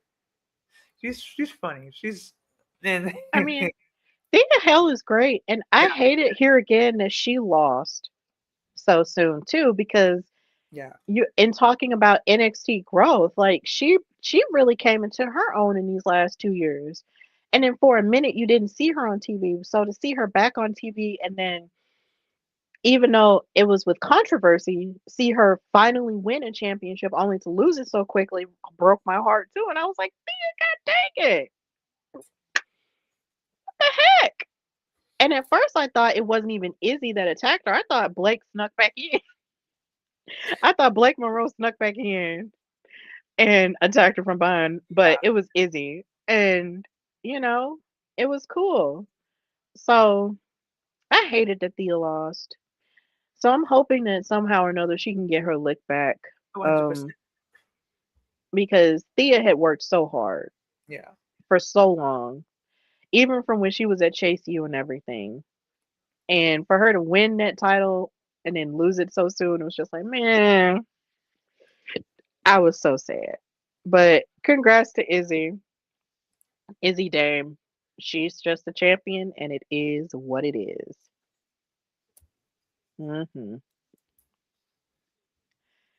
But yeah, Jordan Grace, we got to keep our eyes out on her because the way that she encouraged Thea Hill to go out there in such a very apathetic way just kind of made me feel sad because Jordan Grace was kind of dealing with some confidence issues because since she had been in NXT, her biggest goal was to win a championship, and she never did. And I thought maybe she would come out for the open challenge and then like have like a crazy character change or something and turn heel on Thea. But I guess that wasn't the case. And we did see her on SmackDown. But that's also not to say that we don't see people back and forth between NXT and SmackDown. Right. So who knows? Yeah. But the way she actually encouraged Thea to go through with it even after getting attacked was interesting for me. I was like, Jordan, what? Hmm, hmm, She's on to something. hmm. Hmm. I was like, we're back. What's going on here? Like it just is it a what's going on, Jordan? What why? But we'll see what happens there. But I just thought that was a very interesting little tidbit. But yeah. And then of course you had Kalani Jordan and Lola Vice getting the fighting backstage. And Kalani threw her shoe at her. She was on her timeless Tony Storm energy and was just like, watch for the shoe. Bah! And she was like, I knew you were talking about me. And then she threw her shoe at her and started to get the fight, and everybody had to pull them apart. And it was so funny. This picture is hilarious. Because it's like you can barely tell it's them. But at the same time, you know it's them because they're fighting. And I just They're fighting next Tuesday, and I'm glad because these two I feel like have been running in each other's circles since the first ever women's breakout tournament because they both made it to the finals of that tournament and Lola won. Mm. And mind you, I know Kalani wasn't a heel then, but at the same time, they've kind of just been sort of behind each other or right at each other for so long. So the fact that Kalani now has this, character change and now she's really feeling herself and Lola's just sick of her stuff. I'm sorry, I almost said yeah. But you get the point. She's sick of her stuff, they're just really, fighting now and I just really like it. So this fight was interesting and I just thought this picture was nuts because you can just tell it's chaotic. I love a chaotic mess like this. Oh yes. And I loved Lola's outfit because the bustier she had on, I couldn't find a picture of it, but the bustier she had on was definitely giving Selena because she had it was black and it had all the diamonds on it. Ooh. And it was so pretty. And I was just like, oh my God, is Lola Vice giving Selena? Because this is cute. So yeah. But we got to get to a very heartfelt part of Oh NXT. Lord. Oh God. Oh my God. The ruler Man. has relinquished the title. Welcome to the Mm, big leagues. girl, the way this put me in my feelings, I That's did how you not expect. I did not expect this to put me in my feelings the way it did. Um, it hit me so hard. Um, because I know a lot of people had a lot of feelings about how they felt the direction of the NXT championship should have went. Like maybe Javon should have finally beat over for it because they had fought each other so much. Um, or Ricky shouldn't have ever won it and Ova should have kept it or whatever. But I honestly feel like the sentiment is still the same, regardless of what would have happened. If Ova had still been champion and left the title in the ring, you still would have felt the effects of it. And even with him retaining the title after beating Ricky for it, winning it back, and then going to fight Cody, and then being in line for main roster stuff, and then now beating Leon Slater, it still would have hit the exact same. You still get the same effect of what we felt Tuesday. This man really made this championship and the North American championship his because to me, I joke and say this a lot, but Opa Femi is really the final boss of black men. Wow. And that man showed up in NXT like as a mountain of a man. And for him to be so big and so good and to be as young as he is, it's Yeah. unbelievable. Right. Like what? Unbelievable. Even if he's in his 30s. Right, but he's only in his late 20s. Only in his late 20s. For him to Insane. be that man, Yeah. God was in his bag. Ah. I mean, God is in his bag when he made everybody, but he was definitely in his bag when he made Over. Because for someone to be so athletically gifted and just get wrestling so quickly and to rise and for his rise to have been so quick in NXT and then for him to retain the championship and leave it in the ring the way he did, man, he really solidified himself as one of the best NXT champions ever. And it also represented the end of an era in NXT because in celebrating all of the people who we're seeing getting called up, Yeah. it leaves a gaping hole in NXT now. Like we were so used to turning on the TV on Tuesday and seeing Ova, seeing Javon, Yeah. seeing Trick, seeing Lash, seeing everybody, all of those people, the pillars of NXT, all the black talent, like in NXT, and then even within New Year's Evil, you saw all the other people, who are still very much there and looking to claim their spot. And it's just like we're really about to enter a new era now. Jesus. It just hit so hard. Yeah. Ugh. Mm. And I and like this was like I may be wrong, but like I've never I'm happy I've started watching NXT because like I remember not watching and like getting and like want like hearing about it and like not watching it. So Mhm. like finally like getting the chance to and seeing all these stars and like getting into it has been really fun, and things like this was just very sad to witness. I dread things like this because like Right. something when something you just know you dread the end because you don't want it Mhm. to end because but at some point some they have to move on and they have to go, so that's very it's very sad. But he's Yeah. not going anywhere. We will still see him just on a different capacity. Yeah. Like it's insane. Yeah. But yeah, he's going to go on to greener pastures, and that's essentially what he said, the end is a part of the journey. So he officially relinquished the NXT championship, and at the end of the episode you saw Tony D'Angelo standing off in the in the audience watching. And then of course you have a very eager, talented roster in NXT and Evolve looking to step up more. And yeah, we're about to enter another era. But my God, this era of NXT have been so fun. And I'm really grateful for all these people who held it down for so long. But it is time for elevation and it is time for evolution. And of course, since the title is now vacant, Ricky Starks is lurking. Saints. I'm sorry, whoa. Did I call him Ricky Starks again? I am so sorry. I'm so sorry. I Yeah. apologize, y'all. I'm so sorry. Y'all know I love Ricky Saints. I love Ricky Saints down. But Starks just comes out sometimes. Sorry.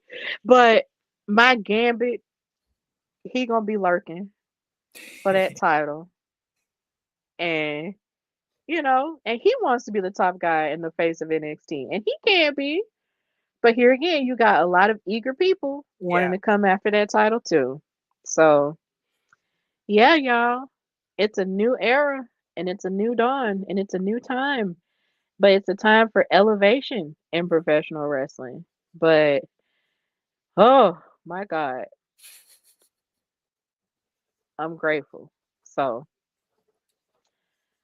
yeah, we've reached the end of our time together. Um so of course SmackDown comes on tomorrow. We know Drew McIntyre and Cody Rhodes are gonna have their 3 stages of hell match for that championship, but we know who gonna win. It better be Cody.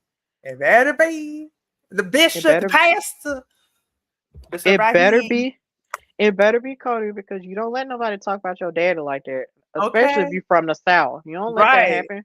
You beat they behind. I mean, that's everywhere, but definitely if you're from the South, you don't let that happen. And he has the audacity to burn his photo.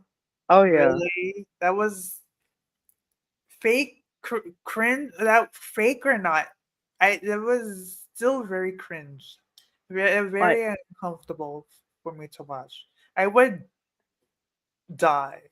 I would never talk to you again, ever, if someone did that. Like, no, you don't do that. But co- then again, it's WWE, so they always go. they go the extra mile, yeah. They always do weird stuff. Yep. Cody gonna break his knees Yeah, tomorrow night, and I'm ready. me too. But of course, this has been fun. We have gotten through our first new episode of the new year, and we Yay. hope to continue bringing you that great content. So thank you guys so much for watching the Hardy Wrestling Podcast.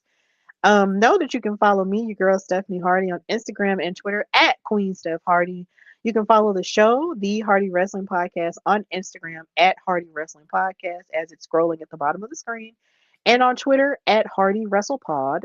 You can listen to the show everywhere you get audio podcasts. That's iHeartRadio, Spotify, Apple Podcasts, Podbean, and everywhere else. And of course, subscribe to the YouTube channel where all the episodes are.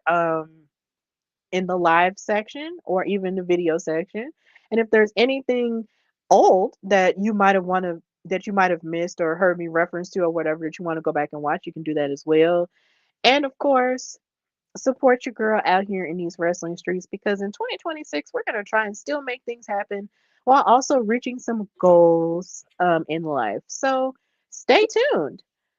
And of course, Bianca, thank you for joining me, my Thank you. fabulous co-host, and Thank you telling so your much. stories. Yeah. And just let everybody know what they can find and follow you. Yeah, you can find me. If you want to get to know me on a personal level, you can follow me on Instagram and Twitter at Bianca Addison. That's BIANCAA 2Ds ISON. You can also support me and follow my ring announcing venture. I'm on a journey to becoming a wrestling announcer ultimately, and eventually for the WWE. You can follow me, my journey on Instagram and on TikTok at Ebony Rose Ringside. That's EBONIROSE Ringside. And yeah. And you keep supporting the founder. Shout out to the founder. Shout out. This would not be possible without the mind and the brilliance of Miss Stephanie Hardy. So shout out to you. Thank you so much for bringing me on board and allowing me to continue to grow with you and to continue to grow with this amazing, beautiful podcast that showcases and puts spotlight on wrestlers, especially the female wrestlers. So signing, Absolutely. teaching you, congratulations, and yeah, it's grow. I'm excited. Yes, thank you so much. It's an honor to have you on here again. It really caught me off guard when you asked me did you want to be a part of it. I was Oh, just like, honey, wait, what? I was I like, was, wait, what? You want to, huh? Because I nobody's was, ever asked me that before. I was like, huh? But I was going to do it. I needed to do something with my life. Like I knew wanting to be a part of a podcast. So like, if closed mouths don't get fed. absolutely, you got to shoot your So, shot out here. and the worst thing, bro, the worst possible thing answer I could get is no. Right, you got to So try. yeah, and here we are. Mhm. And I'm happy to have given you the chance because we have to uplift each other. We have Amen. to uplift each other. Yes. So, yeah, I hope that all of you who are watching, thank all of you guys for watching live. And of course, you can watch this later on the YouTube channel. And also, you can listen to this later when it goes live on audio frequencies everywhere. So, of course, this has been, I feel like I'm forgetting. Oh, yeah, follow me on TikTok too at Stephanie underscore Hardy. I'm getting that started. And I'm also building another website too. So, in the midst of that, just be on the lookout for that too. So, yeah, there are other things happening, but just continue to support your girl and support the show. So, this has been the Hardy Wrestling Podcast with the girl Stephanie Hardy and Bianca Addison. And until next time, bye, y'all. Bye.